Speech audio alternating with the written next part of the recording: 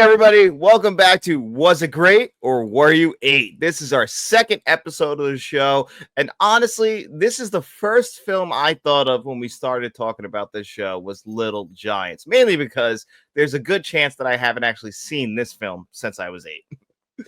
Yeah, and it's another I actually agree. It's one that maybe I saw when I was 15, but that's been it, dude. It has to be at least 20 years since the last time I saw this movie, and this is one of those 90s remember it from childhood, remember it super vividly from childhood, but like we said, probably haven't seen it since then. No, not at all. For a long time, and this is one I remember specifically watching with you and having the VHS numerous times. You were a huge fan of this when we were young. Yeah, big time. Absolutely loved it. I mean, it came out. I think it came out in '94. Actually, I'm pretty Yeah. sure when I was born. So it wasn't in '94 that we watched it. It was probably like '98 when I was 4 years old. But still, I have very vivid memories of watching this movie. And same thing when we came up with this series, I was like, this is the perfect one for it because it's one we both haven't watched since we were 8, probably. Yeah, 100%. You like when you're younger, you don't even like. Things stuck out to me in my memory from this movie, like, but I didn't remember everything. And then when we were rewatching, I'm like, was that really the plot of this movie? It's funny, like this is definitely. I noticed right away from the beginning, the opening thing. I hadn't seen it in years. The Warner Brothers logo with what's his name, Bugs Bunny on it, like eating the carrot. I hadn't seen that in so long, and I forgot that's their Warner Brothers Kids logo. This is 100% a kids movie. Oh yeah, no, it 1,000%. It feeds into every single trope, especially of a '90s kids movie. And it does get a little ridiculous. We'll talk about it as it progresses, but I even the opening scene, it felt so. I don't know. I got like Forrest Gump vibes from the set when their brothers were walking. First of all, Oh yeah, 100%. I actually forgot about this. I didn't remember this beginning at all. Like I just thought that they were already adults when this all happened. I forgot about like, oh, we're good. It's so cheesy too. We're gonna own this town. You and me, buddy. And our names are gonna be on the water tower. I'm like, that's your ultimate goal in life is to get your names on the water tower?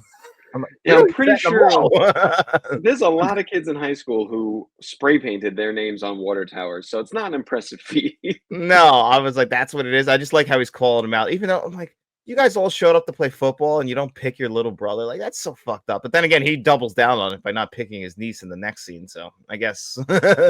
Yeah, I guess that's the point. But that's the first thing I thought too. The opening scene, the little brother's so pumped to play. Like even if he's last picked, you get him on the team. Like it. I just think about if I went home later that day, and my brother told my parents that not only did I not pick him, but no one did, and no one let him play, I wouldn't have been allowed to go back out. No, exactly. I want to know who these kids' parents are, but we never see their parents anyway. And I just assume they died because they don't even show up like when they're older. I don't know what the deal is. That just never comes up again. Like, because they just transitions from that to them being adults. And we find out that is that his name? Kevin O'Shea? Yeah. Like, and then what's the other one? Brian O'Shea? Bobby Boucher. Bobby Boucher. I kept thinking that through the whole movie. No, it's Danny O'Shea. Danny O'Shea, the O'Shea brothers. But Kevin O'Shea, played by the great, by the way, Ed O'Neill from was that Married with Children, which is funny story watching this movie, and he's in the Corvette and he's being a dick. And Fate's like, who the hell is this Al Bundy looking guy? I'm like, that is Al Bundy. That's why like that's why he looks like that. Oh, dude, that's so funny. Like she had no idea that was him because he's playing kind of a dick, but he's a lighthearted one, like him, and obviously compared to Rick Moranis, who's playing this like just genuinely nice guy. Yeah, which that's the juxtaposition between the two, which is it's plays fine, but they do. I will say this: they brush over a lot of things in this movie. Like you said, you never meet their parents at all, and then just all like casually in conversation, maybe twice. Danny is like, "Yeah, your mom just made a decision to leave us." I Like that's know. it. They never explore that. No, like why did she leave you guys? Because we see Penny like earlier in the movie. Like you would think like maybe they would get married and that would be their daughter, and maybe she passed away. Like no, it's like the mom just so like what you met somebody and then she just left you guys. Why? Is it because you wouldn't leave the town? Like what's the reason that she just left? Like she just had to leave. Like, you didn't go into it, and it's just like Oh, okay, but that's why I had to raise you kind of like a boy, and that's why you're such a tomboy now. Yeah, and like at one point the way he explains it to her, I think the first time is you have to remember or remember when I told you that your mom had to make the choice that was best for her? Well, she did, and that's why she left. Little You say forgiving. you tell your kid that the best decision for her mother was to leave. What? It doesn't make any sense. It also doesn't make sense why, when they're picking the Cowboys, like, I get it. He's this town hero because he won the Heisman Trophy, which again, I would like some more explanation of that. Like, did he have a pro career? Like, what did this happen? Did he just like a Heisman Trophy goes to the pros no matter what because he won the Heisman Trophy, even if it's a late round pick. He's going to play a few years in the NFL. What was that all about? Did he play for the Cowboys? Is that why that he picked the Cowboys? I'm very curious. I feel like they only picked the Cowboys and Giants just because they played in the same division and it was the 90s and the Cowboys were the best team in football. I could be wrong. Cowboys, I'm pretty sure, won the Super Bowl in '94. So I'm guessing like that's the reason, but I want more explanation for it. But again, this is like where it's a kids movie, so we have to hit those kids story beats, and there's nothing more hurtful as a kid than not getting picked for the team. But that's your niece, and you don't think that's going to cause a rift in your family by you not picking her when everybody out there is acknowledging that she's the best player? Yeah. Also, can we talk about the fact that he didn't pick 4 kids? I know. That's it. You couldn't find a spot for. It's not like 150 kids showed up and you cut an entire football team. You cut so few kids that when they wanted to make their own team, they had to recruit an entire roster because you couldn't take 4 kids on your team. Yeah, and just let them practice with you. Like, you don't have to let them play. But again, I mean, Danny makes it perfectly. Like, he's very clear about it. Like, they're just kids. Like, this is pee-wee football. It's not school football. Like, we played pee-wee football. Everybody made the team. Because you paid to be on the goddamn team. So I don't know how this works. That is true. I didn't even think of that. You paid for yeah, you had to pay fee. You didn't get that nice ass Cowboys jersey and uniform for free. Your parents paid for that. No, they made it kind of seem like the town has like this and he's paying for it all out of pocket, like because he's won the Heisman, because that's why he's got the Corvette and he owns the Chevy dealership, which rides off his name as well. So like that, I guess that's what they're trying to make it out to be, and that's why like the Little Giants have nothing because he doesn't own a Chevy dealer. He owns the gas station in town that everybody loves, and it's a landmark of the town. That's why he had to have it. So it doesn't make he does it all for it's the big difference between a big YouTube channel and a small YouTube channel. He's more honorable, this guy. Yeah, he's the one he's for the people. He's for the little guy, and the other one's like it's all about me. And he claims he's like it's for my city, but like as long as he's getting paid, as long as his name is on it, he's sponsored by it or whatever. He's all about it. The other guy, meanwhile, is like I just love living here. I want to raise my family here. Yeah, it just showing the differences between the two brothers. But me and you both have brothers, and if our brother didn't pick his niece and our daughter to be on the football team, I'm not knocking on that door all friendly. It's gotta be Yeah. and I know for you too. You words will be said, not as nice as like, come on, like you know how much it'd be like, no, are you fucking kidding me? Yeah, like I'm not even going later that day to knock on the door. If I'm standing on the field there when he doesn't pick, I'm walking over and be like, "You didn't pick him." And if he's like, "No, I don't have room," I'm kicking another kid in the leg and breaking it. And be like, "Now you got room. Pick your fucking niece." Like, are you fucking kidding me? You invite me over to dinner and you do something like this, and like she loves, like she goes there because like she doesn't have a mother, so she goes to see her aunt, like, and the other girls like to fit in, like like come on, like it just doesn't make sense for him to do that.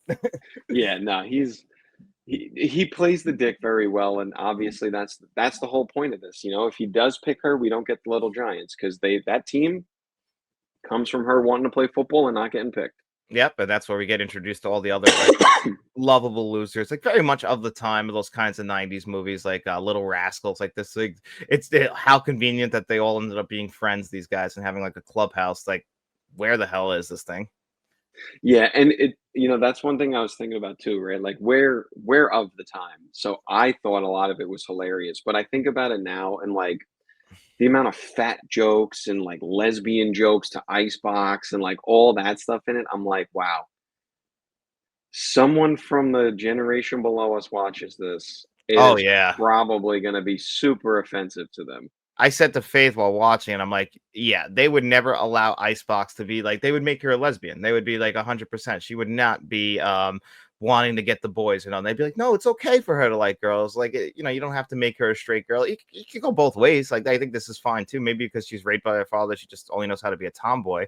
Like, Faith was able to like relate to that actually, but no, in 2025, they'd be like, no, you don't make her like want to go after the boys and dress up like a girl and be a cheerleader. Like, she's being brainwashed to do that. It's like, no, she that's what she wanted to do because she never fit in. And then of course she makes the right decision. But yeah, this would definitely not happen in 2025. The fat shaming, all that shit, like, the fat kid farted, like that's like 4 times in this movie.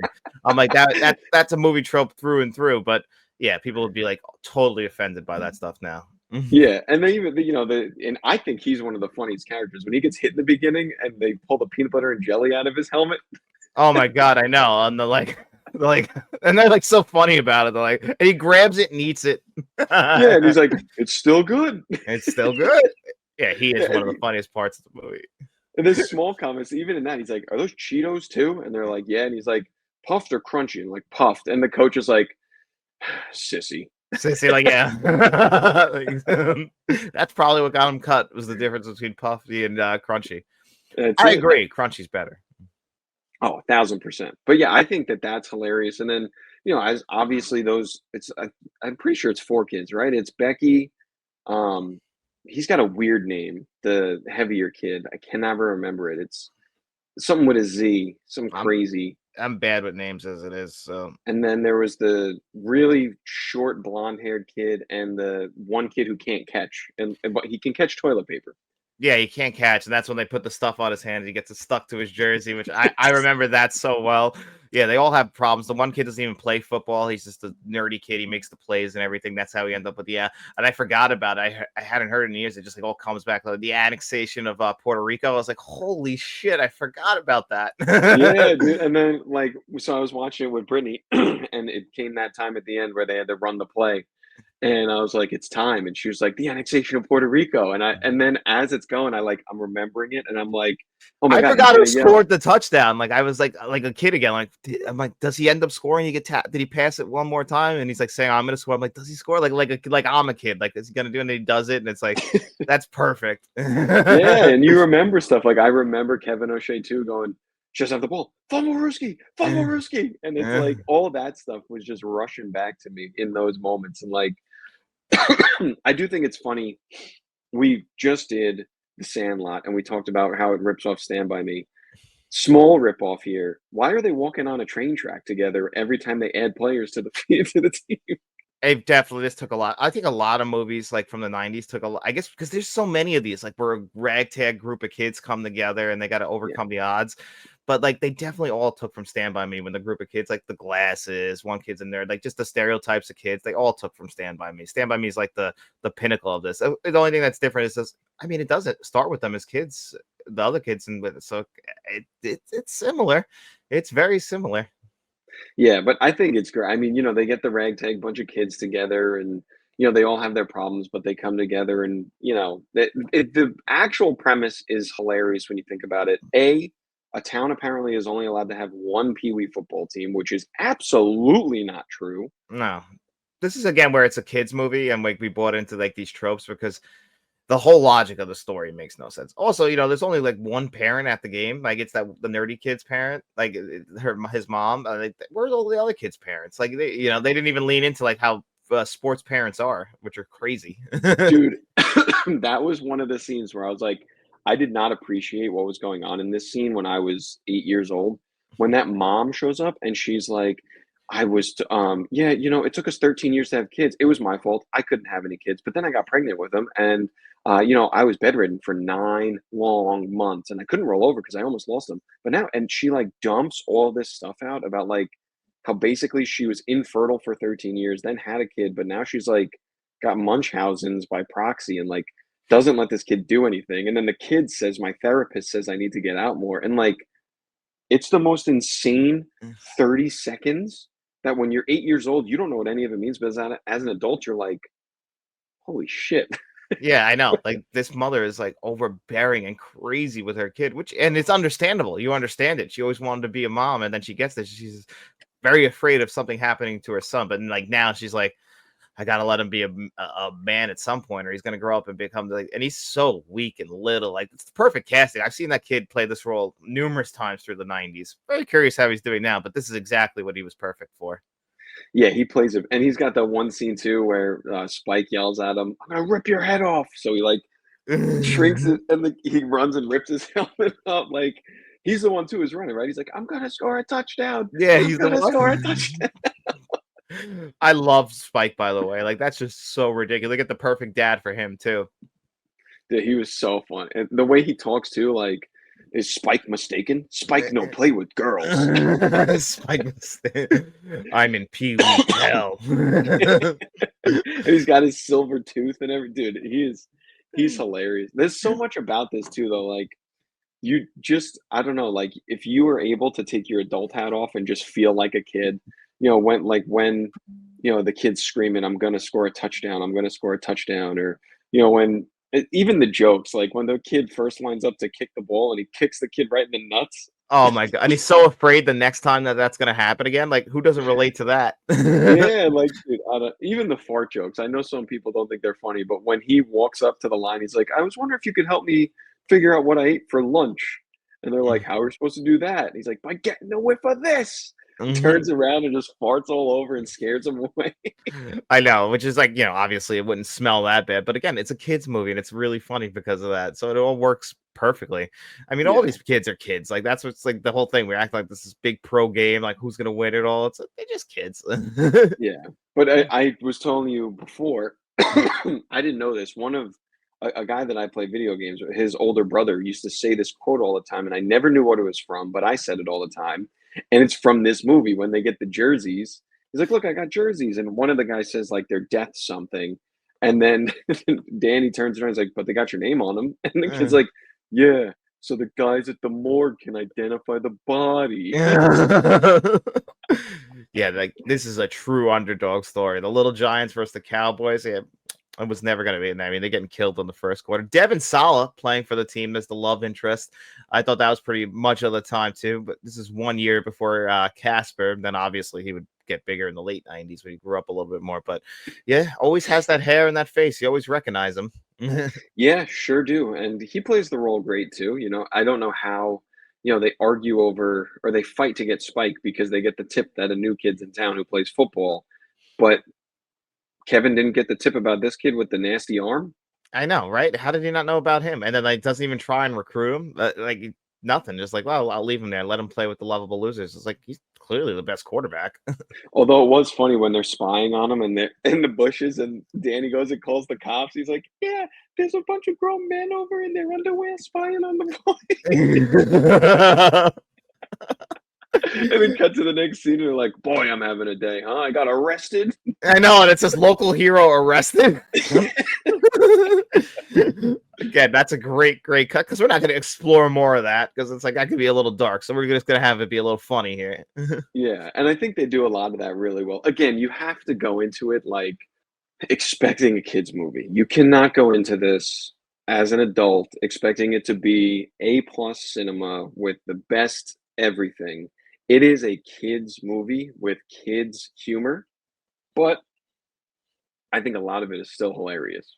So do I left leaving the movie with a lot of nostalgia, which is that's really the question of this entire series. Is it eight? Was it great, or were you eight? Like, what is that? Like, but I have to try and like after what are like seeing how people reacted to the Sandlot, it makes me think like, do we have to set our nostalgia aside a little bit and try and look at the movie as a whole? And like, if somebody were to just pick this movie up or like for the first time, or do we just try and look at it from the sense like if people were watching this as kids?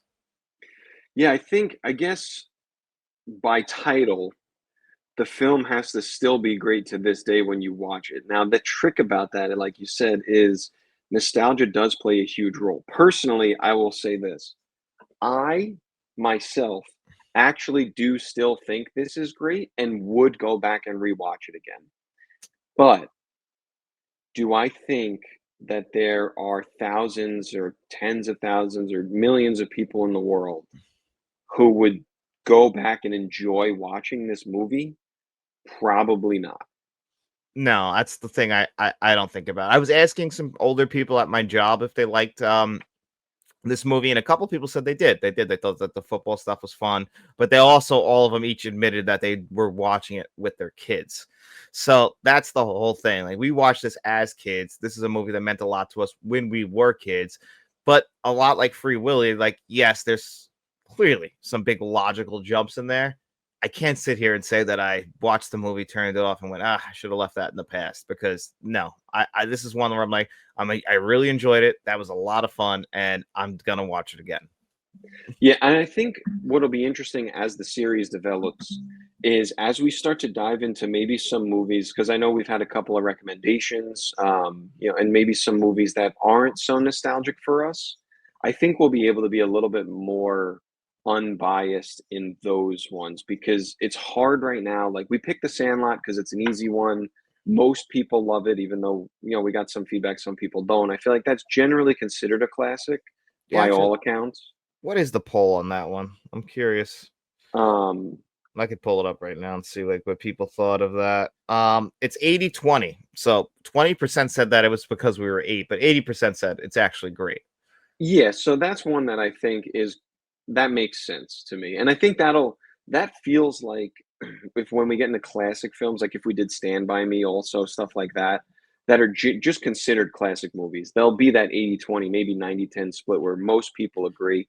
This one, I think, is probably going to be the other way. I think we'll be in the minority because if you were born in the late 80s, early 90s, and watch this when you were 8, 9, 10 years old, you'll probably still appreciate it. But if you were already like a teenager by the time this came out, or didn't watch it for the first time until you were 19 or 20, I think that's probably where most people land and they won't like it. So it's this one's tricky for me because I think it's actually both. I think it's great for us, but you were 8 if you didn't watch it when you were a kid. You know what I mean? Yeah, I like we talked about the video that there's some stuff that hasn't aged great for 2025, standards. What's the word that they call that? It's not very I guess it's not very PR friendly anymore. Like it's not going to like, Oh, politically correct? politically correct. That's the term I was looking for. I guess it's not. But, the people have to also realize, and hopefully this is a way for people to realize because, we kind of fall in it, especially on this channel. There are definitely older people who were commenting about The Sandlot, but there's also younger people. And I'd be interested to see how they feel going back to this movie and try and understand how we do in our other show, Original versus Remake. Try and put yourself in the shoes of a kid growing up in the 1990s. And then this is the stuff we saw and maybe appreciate our sense of humor a little bit more and realize, it's not as mean spirited as you think. It comes from an innocent place. Yeah, and I think that's the thing. Also, like, you have to like recognize, like you said, we were raised on this humor, and it wasn't just we were raised on it. Like, I was a very heavy kid growing up. Like, my brother was, like we had heavy bouts too, where like fat jokes were just fat, but like it's these jokes don't come from a place of like hating heavy people. They just come from like stereotypes that, fat guys fart. Guess what? I was a fat 8-year-old kid. I farted all the time. Like that was a joke, like it's not from a hateful place. So I think you're right. I'm curious, people who weren't raised on that kind of like potty humor or toilet humor, if they would watch this and be like, I can't believe that they made fun of Becky for dressing like a boy. I can't believe they made fun of him for being heavy. I can't believe that he didn't, the short kid with the glasses was bullied so much. Like Yeah, that's just what we were raised on. So these jokes land for us because that was our humor. yeah, I could see definitely someone getting a hold of this movie and get just picking it apart and saying like, like they didn't let the kids all play. Like that's just really mean. They were extremely sexist. Like, how's nobody saying how Ed O'Neill is so sexist at the time? It's like you got to put yourself in the shoes. And I just feel like a lot of people nowadays don't do that or they just quickly forget. Yeah, and I think that's like I said, what's going to make these tricky for us is I think there are going to be a handful of them that we do that are going to be split like this. Where, in my opinion, personally, it's great, it's funny, it's an easy watch. It's one of those just kind of unplug, watch. You don't have to think hard about it. It's really just there for the jokes and to be lighthearted. So I do think it's great. But from a critical point of view, if we're actually putting on like a film critic hat, I could see why people would say it's not good because I don't know that you take the nostalgia away from us. I don't know that this is something we go back to.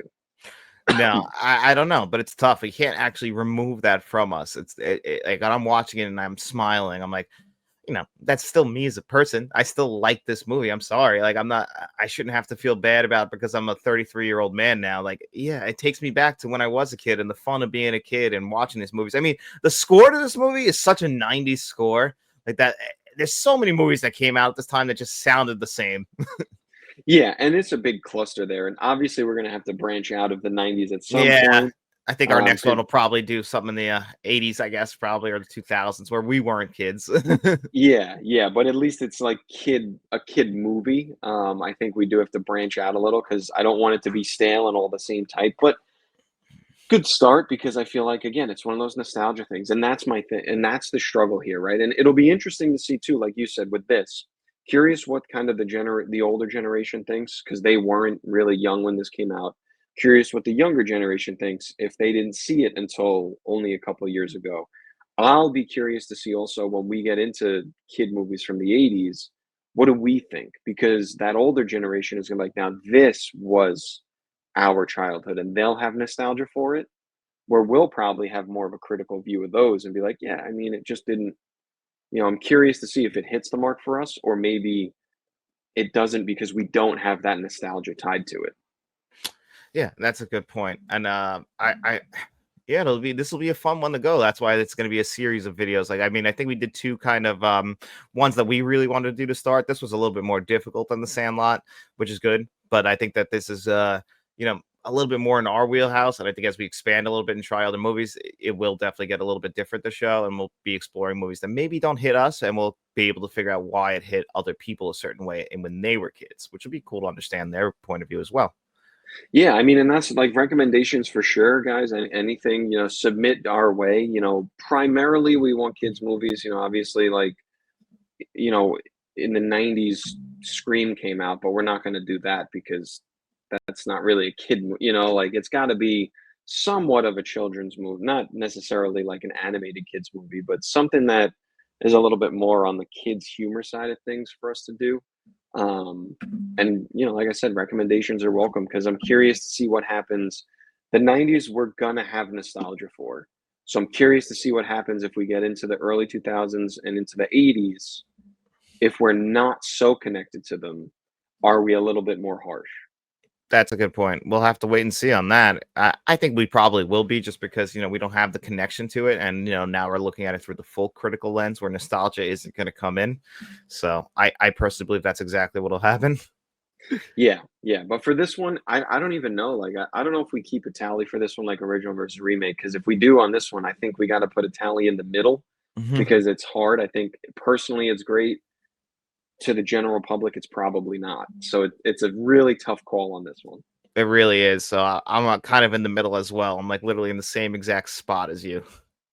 Yeah. So curious what you guys think. Let us know if you've seen it before, if this is the first time you're seeing it, what your opinions are. See if you can help us break this because it's really like it's such a nostalgia tied to it.